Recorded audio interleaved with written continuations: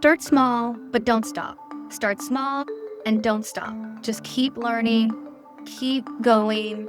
Even if it doesn't make sense, you'll figure it out. It's like riding a bike. You're not going to ride a bike by looking at it. Welcome to the WorkOps Podcast. In every episode, we dig into one story, a process that went sideways, a system that just didn't work, and what someone actually did about it. It's packed with practical lessons that you'll want to bring straight back to your team. This podcast is brought to you by Kinfolk, the AI service desk built for HR. I'm your host, Jeet Mukerji, and with that, let's dive in. Hey everyone, today I'm joined by Kimberly Nerpouni, who's the Global Vice President of People and International Operations at Pearl. Kimberly, thank you so much for joining us today. Before we jump into things, can you tell us a little bit about yourself and how did you choose people operations in HR? Yes. Hi, Jeet. Thanks for having me. So I've been in people operation, talent management for over 20 years, but I actually started my career in IT. When I was an IT manager at a software company called Macromedia, I was given the opportunity for a bigger role in IT. And the thought of moving up the career ladder at that point made me nauseous. And I realized I should be really excited. And wow, this might not be my calling after all. So I actually ended up quitting that job in IT, which was a great job. It just wasn't the right path for me, and decided I need to figure out what I want to do. And in the process, realized that what made me successful as an IT manager wasn't my technical skills or my passion for technology, even though I love technology. It was really my ability to codify, org, and simplify processes and elevate teams, enable them to be successful and unlock their performance and full potential. And I want to do that. I want to focus on that. That's what I want to focus on. And that's when I made the pivot into human resources and landed at Bain & Company, the management consulting firm, where I was fortunate enough to work there for almost 13 years. And I did the whole employee life cycle in my 13 years there, from recruiting, onboarding, all the way to offboarding and corporate alumni relation. And I haven't looked back. I really enjoy this work. Wow. My wife used to work at Bain. Small world. Oh, funny. Small Yes. world. Well, Yeah. small world, big company. Exactly, yeah. So you went from into HR and you mentioned that you wanted to work on elevating people's full potential, helping them to reach that full potential. What I find interesting is it's almost like we are seeing a re-merging of HR and IT in some areas where actually, yes, in order to unlock someone's full potential, you kind of need to get the basics right. You need to make sure their laptop's there, their passwords are correct and those kind of things. So I'm kind of curious to hear your thoughts on, do you feel like HR and IT should be seen as one part of the employee experience? Should it be two separate departments? Is this a moot question and it's fine as it is? They just need to collaborate better. Where do you stand on that piece? Yeah, it's a good question, actually. It really is about technology that are tools. We all have different tools in our chosen profession. What talent management, people operations, HR, they all actually have slightly different flavors.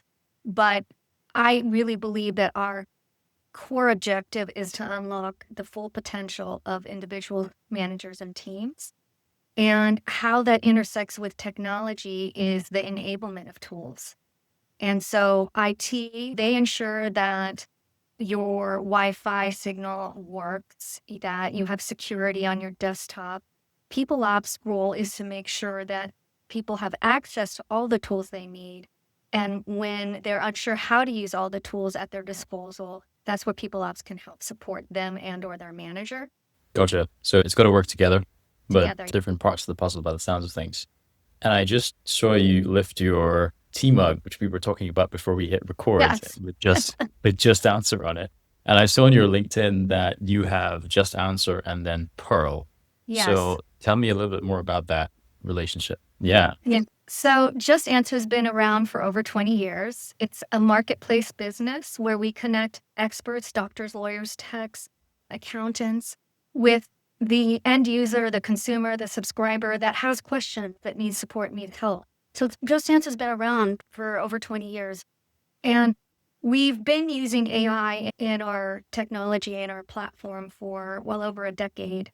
But with generative AI and all the possibilities and innovation it unlocked, it's accelerated our business.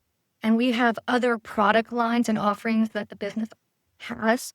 And so realizing that we have more to offer, we've created a parent company, Pearl.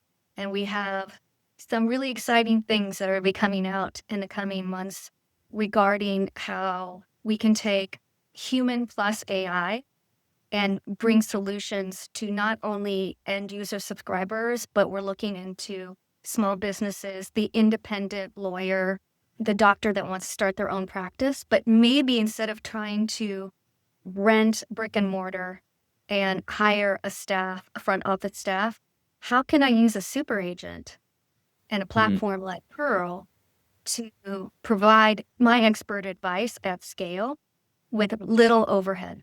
So those are some of the things that we'll be doing. I like that a lot. So you're amplifying the human expertise through AI across these different tools. And before we started to hit record, we were also talking about some of the initiatives that you're doing internally. So not just AI in the products, but also how you folks have an AI accelerator and how you drove Pearl's AI transformation agenda by embedding AI into the different departments, including people operations. So before we dive into your juicy story, which you're going to share with us in a little while, can you tell us a little bit more about the AI accelerator and how that worked? Absolutely. So I mentioned that we've used AI within our company and in our product for some time, but with the advent of generative AI, specifically ChatGPT and others that hit the market about 2 years ago, we were fortunate enough that our founder CEO, Andy, is a huge advocate for technology and innovation and specifically AI in this situation, and pretty much just granted the kingdom of AI to every employee. Didn't matter what level, didn't matter what department. The mandate was to use AI, get comfortable with AI, really no limits, unlimited. And so with that, though, we still found people really uncertain where to start. It's very intimidating, especially for non-technical folks. We were wondering, what does AI have to do with our job? Why do we need to use AI? And so this was a question that not just People Ops had, but other departments had.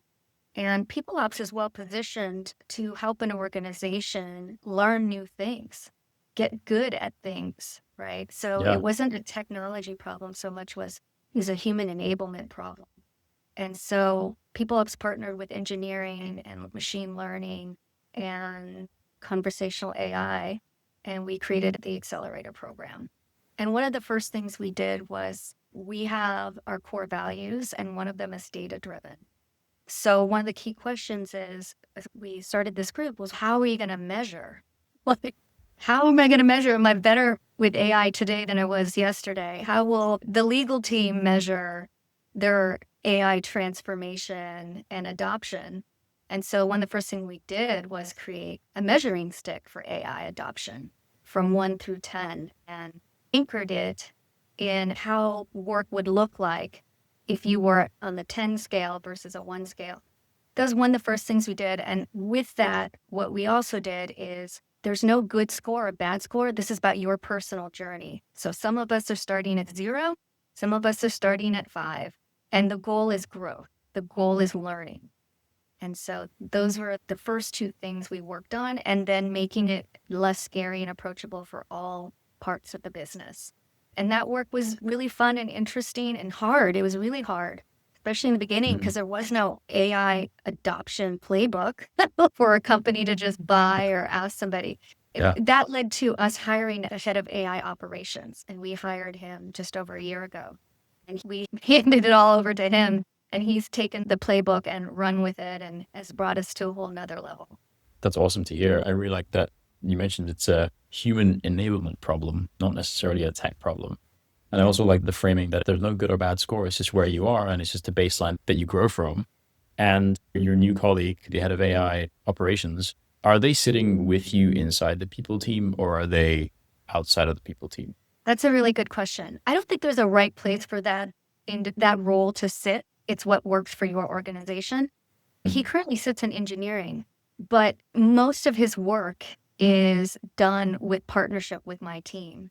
Up until recently, he was a one-person team, but doing really important, big work. And so he partnered with about 6 or 7 of the people ops team, my team. So Wow. huge partnership, close partnership, a lot of collaboration. And it has to be lockstep. He and I have to work closely together. And then I really want to make sure that his work is hugely successful. So pretty much Yeah, anything we can do to support him is a priority. that's awesome to hear. Which kind of brings me to the next question, which is around there's a lot of discussion these days about, hey, we can do a lot with AI. And there's that question of the classic one of build versus buy that comes up. And what we're seeing now is that it's less about build versus buy and maybe more about build and buy. It just depends what are the use cases and starting from the problem. And you may have someone that quickly brings together certain tools and people to solve problems much faster. How are you seeing that play out now that you have someone to fully drive this forward? Are you seeing a mix of build and buy, or is it primarily build since you have the capabilities internally? We initially did a lot of building ourselves. So our first people ops agent, it sits in teams. We built in-house. It was a partnership between my team and engineering.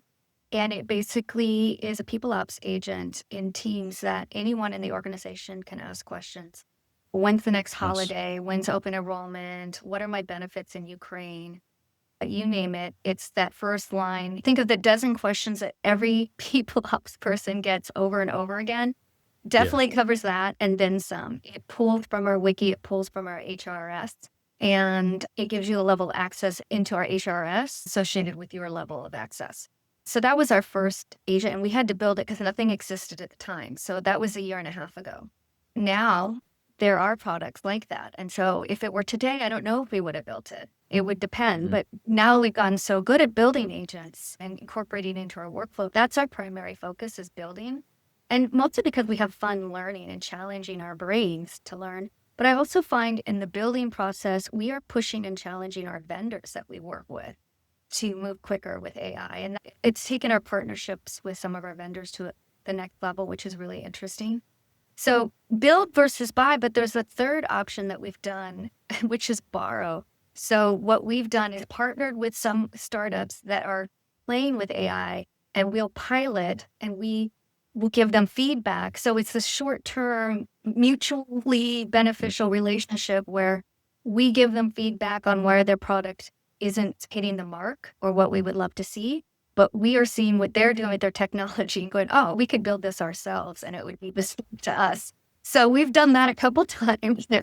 That is a really good litmus test of, is this a viable business moving forward, or is this not actually defensible at all and we could just have it in-house? And I think that's the way to go. It's, if you can do something and if you can maintain it, then why not? That's really cool to hear.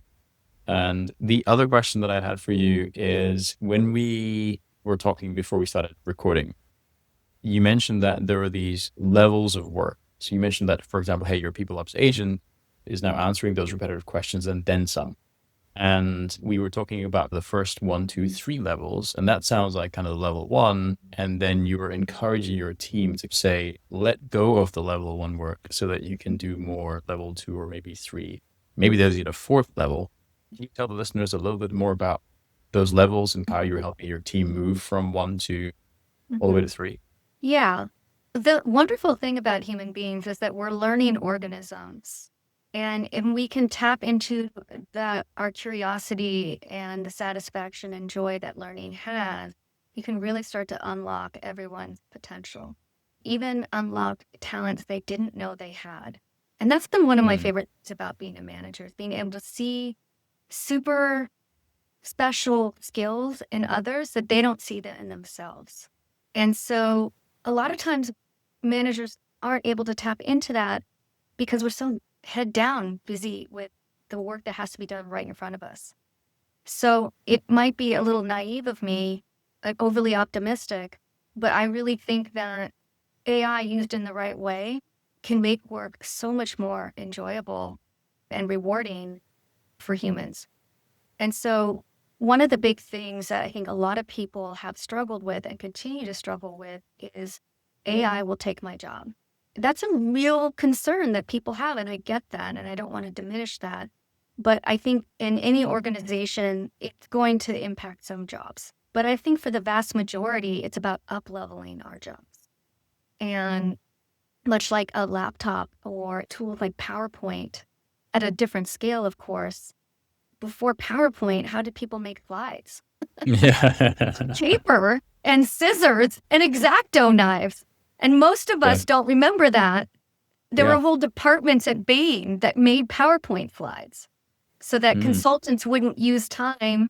Consultants have a very specific skill, helping solve business problems. You don't want consultants creating PowerPoint slides. You want them solving business problems. So you think about the different types of work and all of us coming together to give you that end product. And so when I think about bringing AI into your teams or into your workflow, moving AI into level 1 work. So if you think of work in 3 levels, everyone has work that they do that doesn't really require your specific functional expertise, but someone has to do it, right? Everyone has that, no matter what you do. There's a certain level of work that it's not really pulling on my 20 years of people ops experience. And so where can AI do that? So the people ops agent is a good example. So we have a team, a global team of people ops. Yes, they can answer all those questions, but it doesn't take 10 years of experience to answer when's the next company holiday. It's open enrollment. How do I submit travel expenses? So that's level 1 work, right? Yeah, Within that grade. So now my people ops team, they don't have to think about, that's freed up their capacity to do other things. Spend more time with our customers, more time on level 2 work and then level 3 work. And as we've gotten more sophisticated with AI, we're starting to see how AI can start taking on level 2 work. And that's really interesting. And the specific example relative to people ops is we really want managers and employees to have a really strong relationship and want that feedback loop to be continuous.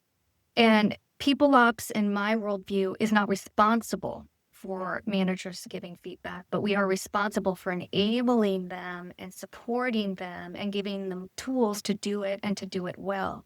And now we're creating agents that can help facilitate that, right? Nice. And so the agent will scan the environment and go back to the manager and say, hey, Sally's been working on these 3 projects with these individuals over the last quarter. Now is a good time to facilitate that input from those individuals and ask them specifically about this project. So it'll come back to me so I can go to the agent and say, hey, what's Matt been working on in the last quarter and who's he been collaborating with? And within seconds, the agent comes back and tells me all the projects that Matt's been working on in the last quarter and the individuals that he's been collaborating with. And it's scanning emails that between me and Matt, Teams messages between me and Matt, public Teams messages he's on, Sauna, the wiki, all the things that he's adding, clean with and adding to and coming back. And I'm learning things. Oh, I didn't know he was doing that. He didn't share that. He's being too humble. Or, wow, I love to see all that collaboration, huge collaboration with engineering and product. Okay, so I'm going to go to those individuals in product and get some input. How's Matt showing up in these meetings? How is he further enabling your team? And those are things that the agent will help us do because when we think about continuous feedback between employee and manager, one of the biggest barriers I've found in my career is not intent. Most managers want to give feedback. We just get distracted and all of a sudden it's been 6 months. What happened? I forgot to give feedback. And so this agent will proactively reach out to you on a cadence that you've set, whether it's quarter or bi-monthly, depending on the individual preference, and say, hey, this is what Matt's been working on in the last quarter. Here are the people you want to solicit feedback from, and here are the things based on his growth plan that you developed with him that you might want to focus on. That is pretty awesome. For folks who are wondering, hey, how do I do this internally? What is your tech stack to enable this kind of flow? We have pretty much any tool you can imagine with ChatGPT, Claude. It's really I have to give a shout out to our engineering team. What they've been able to do, and our head of AI, Mark, has really made that accessible with what we call our AI Agent Hub. Oh, that's awesome to hear. And so it's basically a platform on our wiki and it has all Yeah. our AI tools there. And it shows you all the MCP servers that we're connected to and what we would do. And anyone, literally anyone in the organization, no matter tenure level or department, can go into the Agent Hub, pick the tool they want, whether it's Claude or ChatGPT and the different models. It's a candy store of AI, basically. It's a smorgasbord. Yeah. And then it has a list of all the MCP servers we're connected to, and it's updated all the time. And you can create as many agents as you want. They're private to you, and you can publicly share them if you want. Some people are sharing agents. So I can see, oh, Andrew, who is not in people ops and who is not in finance, created an AI travel agent to help support people that are traveling for work, though it probably works even if you're traveling not for work. And That's so public. cool. Yeah. So you're democratizing access in such a fun way through this hub. And I'm curious to hear your thoughts. It seems like there's a lot of transparency in the organization. Did you face any kind of hesitation when people were saying, hey, it looks like now my manager can read my emails, or this AI can read my emails, and therefore my manager can, the Teams messages, they can see what's happening in Asana. Did that cause some anxiety with people? Yes, it definitely does. But what we've intentionally done, is it doesn't give any access to a manager that they don't already have. So I have access to emails between me and Matt. I don't have access to all his emails, just the emails between me and Matt. Anything in Asana I have access to is anything that they've already granted me access to. And so with our SharePoint, though, in PeopleOps, each department has a SharePoint. And as the manager, that department head of the SharePoint, I have access to everything that's posted on the PeopleOps SharePoint, which in my free time, I could look through it and see who's building what and what they're sharing. But I feel like managers don't have a lot of free time to just snoop around the SharePoint and see, hey, well, I wonder what the team's working on. But what AI will do is, with the right instruction and configuration, will just share with me what's the most important, what's the most relevant, right? So Very cool. But let's say Sally's working on an audit. Let's say she's doing an audit, and that's her core OKR for this quarter, right? So I know that agent knows that's Sally's OKR, right? So it'll state the environment and go, okay, here's the update on the audit. Here are the people that she's working with. And for the feedback facilitator agent, it's not going to grade her work. If the tool isn't about giving feedback to the employee, because I was very conscientious and very, very explicit that I don't want AI to give feedback. I want the AI to help the manager facilitate it. Because feedback in its best, truest form, it's human and it's a conversation. Yes, which I think ties us very nicely into the story that you're going to share with us, which is the flip side of, hey, I have all this data and maybe there's some gaps here. And a natural reaction to this might be PIP eventually. So tell me more about your thoughts on that. Yeah. That's interesting. Actually, it's a good conversation to have based on the conversation we just had for all the people that might be freaking out. Oh, she's going to use AI to determine who's performing, who's not performing, and to have very different conversation.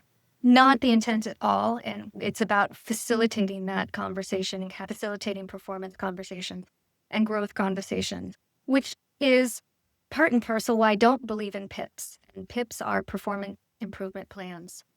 And the reason I don't believe in PIPs is mostly because how they've been used, and they've been weaponized for terminations.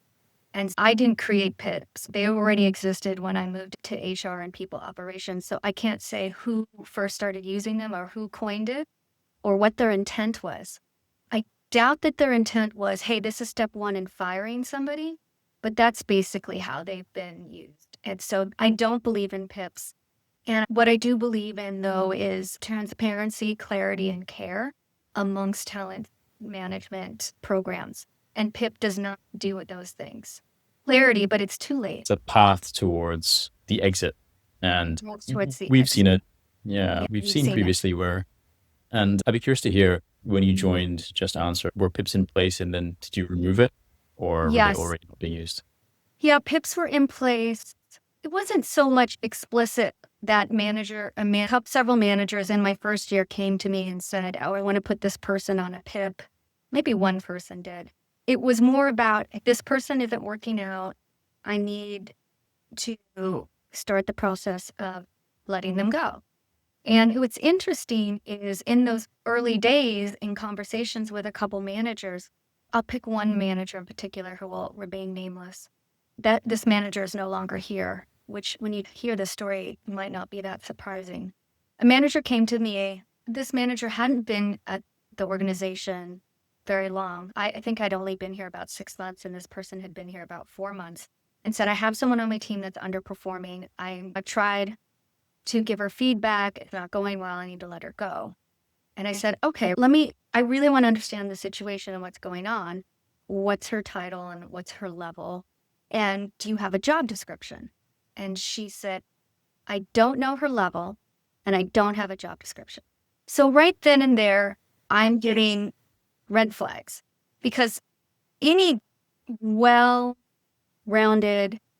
thoughtful manager would know that before you signal to your HR, head of HR, that this person is underperforming, I should have had a good conversation with that individual on why and how they're underperforming and what we could potentially address. And I don't know if you can have a thoughtful conversation if you don't have a job description. And it doesn't have to be a super formal job description, but explain to me what my job is and where am I failing.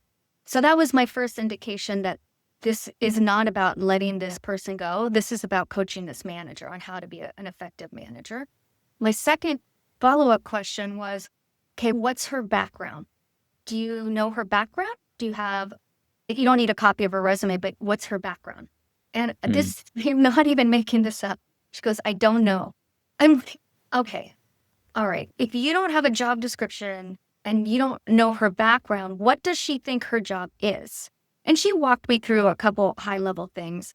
So what I did is what started off as a conversation on potentially letting someone go really became a conversation about helping this manager think about how she engages and motivates members of her team, and just giving her some pointers of, I think you need to have a conversation of what the job is, understand what her interests are and her background is. Why was she hired? She's been here several years.